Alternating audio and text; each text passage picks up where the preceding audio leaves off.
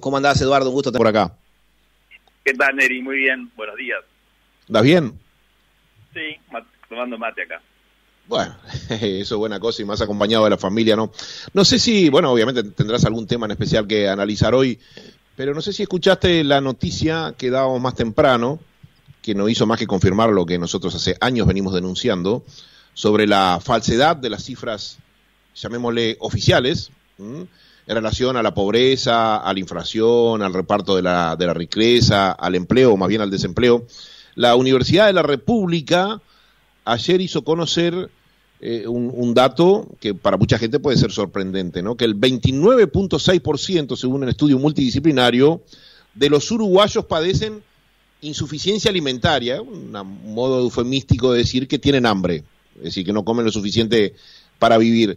Eso me lleva a rescatar lo que nosotros denunciamos hace años, de que en Uruguay la pobreza no baja por lo menos de un tercio de la población, cuando el Frente siempre decía que no superaba mucho más allá de un 6 o 7%. Me pregunto, Eduardo, una persona que tiene hambre, ¿no es pobre? ¿No es indigente, como me aporta acá Eduardo Lalo Portela? ¿Qué opinas tú? Bueno, eso yo coincido plenamente contigo. Es decir, los índices de medición de todo se pueden manejar de acuerdo a la conveniencia, ¿verdad? Entonces, de acuerdo a los índices que uno toma, te da o no te da algo. Por ejemplo, la contaminación del río Uruguay, un ejemplo, te pongo sin hablar del tema, pero un ejemplo. La contaminación del río Uruguay frente a la planta de UPM en Fray Bentos. Si tú subís el índice de lo autorizado a contaminar, no contaminás. Entonces, eso pasa también con la línea de pobreza. Usted si pasa de 20, contamina. Entonces, si tú tirás 22 y la Comisión Administrativa del Uruguay te dice, bueno, ahora para contaminar tiene que pasar de 30, automáticamente dejas de contaminar. Entonces, eso pasa también con las mediciones de la pobreza. Pero yo hago siempre un razonamiento que eso ya venía de muchos años, que ahora se ha acrecentado sin duda. Pero yo coincido con el índice que siempre en tus programas de hace años venís sosteniendo, que la medición de la pobreza, la medición de la indigencia, etcétera, es de acuerdo a los índices que se manejan. La excusa era, o la explicación era que eran índices internacionales, pero ahora está demostrado que el gobierno ajustó la forma de medir los índices de pobreza, los índices de indigencia, incluso la desocupación, que se miden de manera distinta ahora, y al ajustar o traer a ser más real los métodos de medición, los índices se disparan. Eso coincido contigo plenamente. Yo leí el informe de la Facultad de Nutrición, donde habla de insuficiencia alimentaria y abarca algo más que comer todos los días. Estar bien alimentado no es tener un plato de comida todos los días, sino una serie de proteínas y de alimentos diversos, etcétera, que hace que salgas de esa línea. Y por eso ahora que se mide todo, el índice te da de pronto la realidad que antes no se tomaba. Sí, yo recuerdo que antes de las elecciones del 2019, creo que fuimos los únicos que mostramos en Uruguay datos de la por lo menos para mí, muy confiable empresa internacional Latino Barómetro, que investiga todos los países de manera independiente, y que ante la pregunta que le hizo a la sección uruguaya de la investigación, a los uruguayos, el 17% de los entrevistados autodefinieron que no comían lo suficiente para vivir, es decir, que pasaban hambre. Y escuchá esto, un 41% de los uruguayos entrevistados se autodefinieron pobres, que más allá que no es indigno ser pobre, y más allá que sea una situación que todo el mundo querrá superar, por supuesto, creo que nadie gusta de autodefinirse pobre, ¿no es así? Más allá de que sea una encuesta anónima, pero nada más y nada menos que un 41% de los encuestados por Latino Barómetro, en una encuesta del año 2019, Eduardo, se autodefinió pobre en este país. Sí, es así. Y eso es algo que a nosotros nos debería avergonzar. Ni hablar. Recuerdo una frase del presidente Jorge Valle, cuando asumió la presidencia en el año 2000, en el discurso de Asunción, siempre me quedó grabado una frase que él dijo, que dice: en un país donde sobra tierra y falta gente, nadie puede vivir en la calle. Eso me quedó grabado. Y bueno, y el que vive en la calle claramente está en una situación de pobreza extrema. Y, pues, si no, y un líder que yo sé que no te es antipático para nada, un tal Wilson Ferreira Aldunate, en aquel glorioso discurso, ¿te acordás? En el Gaucho, cuando sale de la prisión de Trinidad, él dijo justamente que en un país de tan pocos habitantes como el Uruguay, si los políticos no son capaces de darle a todos una vida digna, son directamente criminales. Sí, coincido plenamente. Y bueno, y esto se ha acrecentado en los últimos años. Ha habido un crecimiento de la riqueza, o sea, la riqueza de los países ha crecido, y también ha aumentado la pobreza. Entonces es un problema que solucionar ese tema, yo pienso, los problemas se consolidan en una generación y luego lleva a otra generación salir del problema. Así que lamentablemente, si ya pensamos en 15 o 20 años, es lo que va a llevar. Pero acá el tema es la mala distribución, es decir, no el concepto de igualdad, que yo ya he sostenido que la igualdad es imposible de lograr porque el ser humano es desigual, y la desigualdad se da en todos los ámbitos, guste o no guste. Es decir, acá hay que terminar con los titulares. Acá la política uruguaya en los últimos años ingresó en una guerra de titulares, y los titulares terminan siendo descalificativos de la persona. Y eso nosotros tenemos que revertir. Cuando nosotros logremos revertir eso, se podrán ver las mejorías reales. Por ejemplo, el senador Astori hace unos días dijo, el gobierno del doctor Lacalle es neoliberal o es liberal. Eso que dijo el senador Astori en el titular es tomado como un insulto, o sea, como un defecto, no un insulto, perdón, retiro la palabra. Es decir, se dice como un defecto del gobernante. Ahora, eso no es un defecto del gobernante. La prueba está que las sociedades liberales son las que han terminado con estos temas. En las sociedades liberales es donde hay menos hambre, menos indigencia, menos desigualdad. En las sociedades que no son liberales hay más desigualdad, más hambre, etcétera. Esa es una realidad. Entonces hay una cantidad de titulares que hay que empezar a cambiar, y cuando nosotros logremos cambiar los titulares y darle el contenido exacto a esos titulares, me parece que encontrando la pregunta adecuada, como digo yo, podremos llegar a la respuesta adecuada. Sí, el desencuentro... Educación pública y privada. Entonces hace años que se machaca en el Uruguay todos los partidos, sin excepción, con la educación pública y privada. Eso en relación a esto último de la educación pública, Eduardo, quiero tirarte esta... y no estatal, porque toda la educación es pública. La educación privada va dirigida al público también. Entonces, educación estatal y no estatal. Entonces hay que ver cuáles son los resultados de la educación estatal y cuáles son los resultados de la educación no estatal, independientemente, partiendo de la base que todas son públicas. Entonces hay una serie de titulares que ya la expresión del titular indica una denostación. Si una persona es liberal, es una mala persona, según el discurso que viene desde hace años. La educación pública hay que defenderla, ¿no? Toda la educación es pública. Entonces, si uno asume que eso es así, que hay titulares que implican, hay que combatir la desigualdad, hay que lograr la igualdad. No hay que lograr la igualdad, porque la igualdad nunca se va a lograr, porque de que existe la humanidad es desigual. Y si tú miras los índices del bienestar de la humanidad de los últimos 2000 años, la humanidad nunca vivió mejor que en los últimos 100 años. Se ha reducido la desigualdad. Es decir, hace 100 años atrás había un 5% que tenía todo y un 95% que no tenía nada. Bueno, hoy eso se ha ido bajando. El problema, ahora es muy distinto ese índice. Esa es la realidad. Ahora, ¿cuál es el problema que tenemos nosotros? Que por la conformación geográfica y la riqueza que tiene Uruguay, que es un país rico, eso de que Uruguay es un país pobre y es un país chico, también hay que erradicarlo. No es ni chico ni pobre. Hay una cantidad enorme de países más pequeños que Uruguay en superficie. Si vos lográs erradicar esa idea que está impuesta, partís de otra base. Y partiendo de otra base podés llegar a la solución del problema. Entonces, en un país que tiene producción de alimentos para 30 o 40 millones de personas, no es posible que haya gente que tenga que comer una olla popular. Eso es, a ver, Eduardo, es una ¿me escuchás? transitoria, claramente, hay que hacerlo, pero nadie se puede enorgullecer de eso.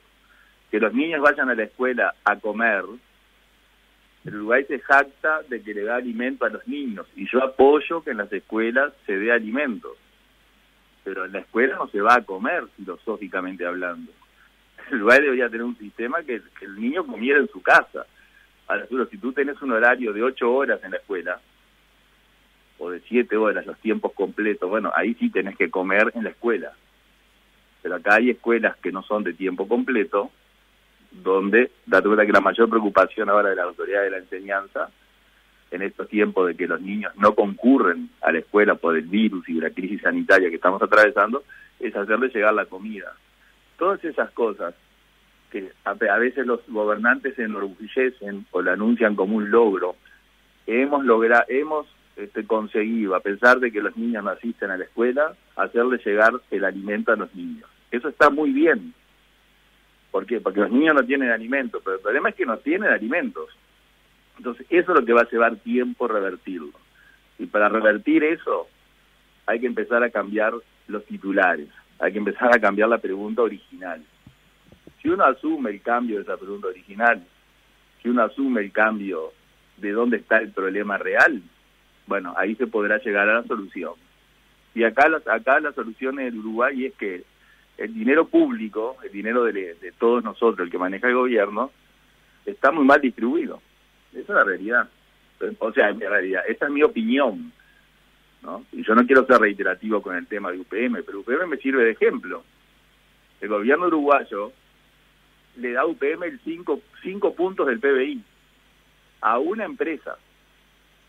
Bueno, y acá la ciudadanía está reclamando 1 punto, 1,5 puntos del PBI para superar la crisis, y nos estamos peleando por eso, cuando le estamos dando 5 puntos a una empresa privada. Bueno, esa es la realidad. Que no lo quiero ver, no lo quiero ver. A que le guste, le guste, y a que no le guste, no le gustará. Y si uno forma parte hoy de un gobierno de coalición, y el gobierno de coalición le sigue dando el 5% del PBI a la empresa UPM, hay que decirlo. Bueno, acá lo que tendría que haber hecho es retraer un poco de lo que se le da a UPM para utilizarlo en la crisis sanitaria que tenemos. Pero como en muchos aspectos hay una continuidad exacta, 100%, es una copia textual, bueno, esas son las consecuencias. Entonces el problema es de principio, es hacerse la pregunta adecuada. Si vos haces la pregunta apropiada, llegás a la respuesta apropiada. Y para la respuesta apropiada llegás a la solución. Eso es una forma de razonar, no sé, que yo sostengo. Puede ser que esté equivocado, en mi opinión. A mí hace un tiempo atrás, hace algunos meses atrás, una periodista me pregunta: diputado, ¿usted qué opina que el vicepresidente del INAU esté en contra del aborto? Y yo le dije, esa pregunta, ¿qué sentido tiene? Primero, yo no opino de lo que opina el otro. Y segundo, la pregunta adecuada debería ser: ¿cuál es la consecuencia que el presidente del INAU esté en contra del aborto? Si eso tiene una consecuencia en la función que él realiza, ahí hay que encarar el tema. Y si no tiene ninguna consecuencia, es una pregunta que no tiene sentido. O sea, una pregunta mal formulada, tal vez con una intención también negativa. Entonces yo lo que veo es esto, que el sistema político que nos dejó, que está pidiendo una cantidad de soluciones y una cantidad de cosas que ellos no hicieron, exigiendo al gobierno actual que haga algo que ellos pudiendo hacer no lo hicieron, y el gobierno actual que hace lo que puede y que en otras áreas, en mi concepto, no hace lo que debe, que es partir de la pregunta adecuada. ¿Cómo se combate la pobreza? Bueno, sacando a la gente de la pobreza. ¿Cómo se saca a la gente de la pobreza? Y así, cuando tú empezás a preguntar, llegás a la respuesta adecuada. Para mí ese es el procedimiento. Incluso no quiero extenderme en la pregunta, pero Adam Smith, cuando escribió por allá por el año 1750 su tratado sobre el origen y naturaleza de la riqueza de las naciones, él decía: el estado natural de la humanidad es la pobreza, pero resulta que hay naciones que tienen riqueza. Entonces empezó a preguntar cuál era el origen de la riqueza. El origen de la pobreza no hay que preguntárselo porque es lo natural en la antigüedad, ¿verdad? No ahora, en la antigüedad. Entonces ahí empezó a estudiar el origen de la riqueza. Bueno, y en los países la riqueza de la humanidad ha crecido enormemente. Bueno, solucionado ese tema que ya está solucionado, cuál es el origen de la riqueza, tenemos que ahora encarar el tema, bueno, si tenemos un alto porcentaje de pobres en un mundo donde todo sobra, por acá sobra todo, por lo menos para evitar que la gente no tenga alimento, sobra. Bueno, ¿cuál es el problema por el cual la gente no se alimenta, no tiene una vivienda, no tiene, cuando hay sobreabundancia de todo? Y ahí para mí es el secreto para, con tiempo, con pasos de paloma, como decía Nietzsche, que lamentablemente hay gente, seres humanos, que no tienen tiempo. Bueno, a los seres humanos, de nuestros compatriotas que no tienen tiempo, hay que auxiliarlos ya. Y se lo auxilia como se puede. Ahora con alimento en las escuelas, con alimento en las zonas populares, con la asistencia pública, la salud, etcétera. Pero hay que pensar en que esto hay que revertirlo y que la solución nosotros la tenemos. Hay que ponerla en práctica y animarse. Sí, tú recién citabas la problemática de la educación pública, a la cual asimilabas la privada diciendo que todo es educación pública, y coincido contigo. Y en ese sentido, mirá lo que plantea Daniel, porque no deja de ser grave en este contexto, ¿no? Ya venía grave la situación y en este contexto mucho más, dice.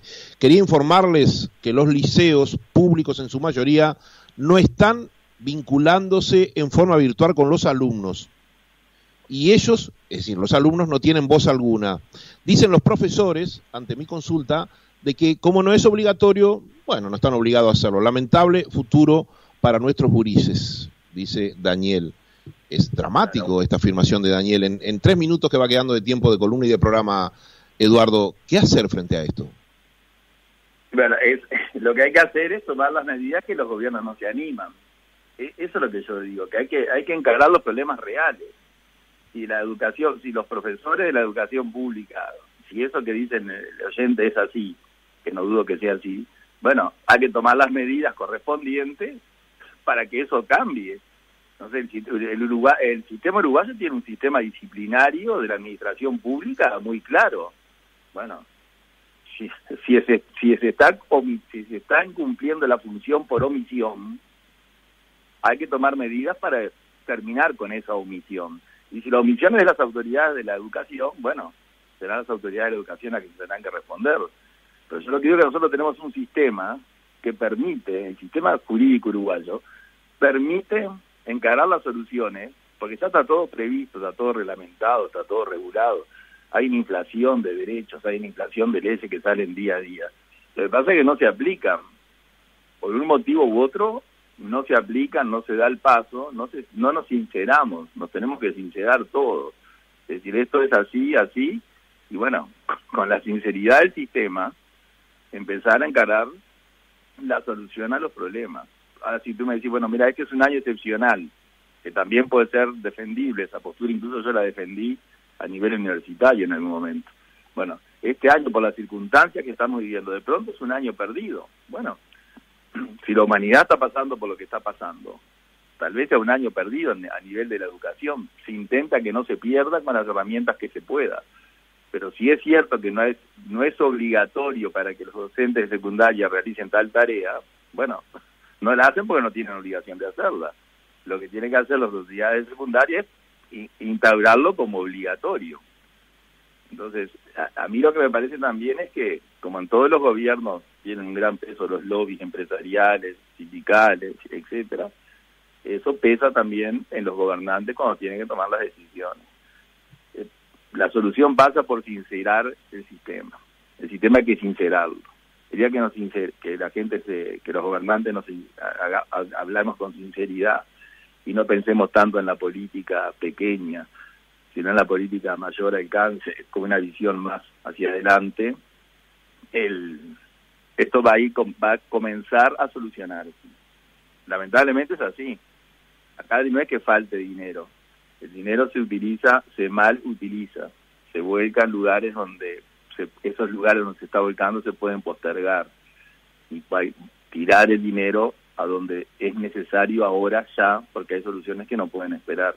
Y eso es lo que el sistema para mí está fallando, y estamos fallando nosotros los que estamos en los cargos de gobierno. Esa es la realidad. Yo hace unos años atrás hacía este razonamiento, sé que no tenemos tiempo, pero simplemente te digo, si hay una medida mínima, un ingreso mínimo por el cual si tú debajo de ese ingreso sos pobre, que es como se mide, o sea, de tanto ingreso hacia arriba salís de la pobreza, de tal ingreso hacia abajo entras en la pobreza.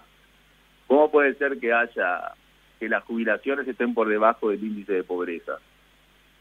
Eso es una realidad.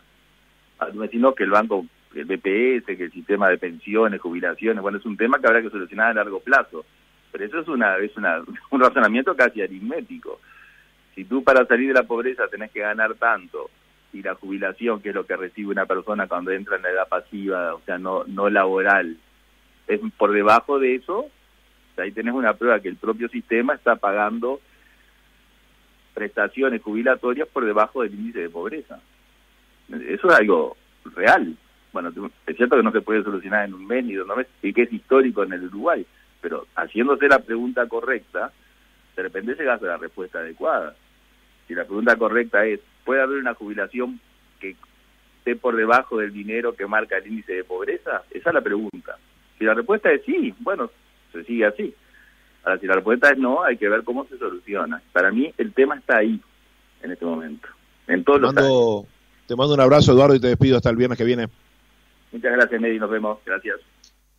No dejes que termine el día sin haber crecido un poco, sin haber sido feliz, sin haber aumentado tus sueños. No te dejes vencer por el desaliento, ni permitas que nadie te quite el derecho a expresarte, que es un deber que tienes contigo mismo. Eso, si lo haces, si no haces escuchar tu voz, va a transformar tu vida en un fracaso. Disfruta del pánico que te provoca tener la vida por delante y vívela intensamente y sin mediocridad. Piensa que en ti está el futuro y encara la tarea de construirlo con orgullo y sin miedo. Nos vamos, les deseamos a todos un muy, pero muy feliz fin de semana y nos encontramos el lunes desde las 7 de la mañana aquí en CX12 Radio Oriental. Estado de situación, porque ustedes no pueden ni deben dejar de escucharlo. Chau.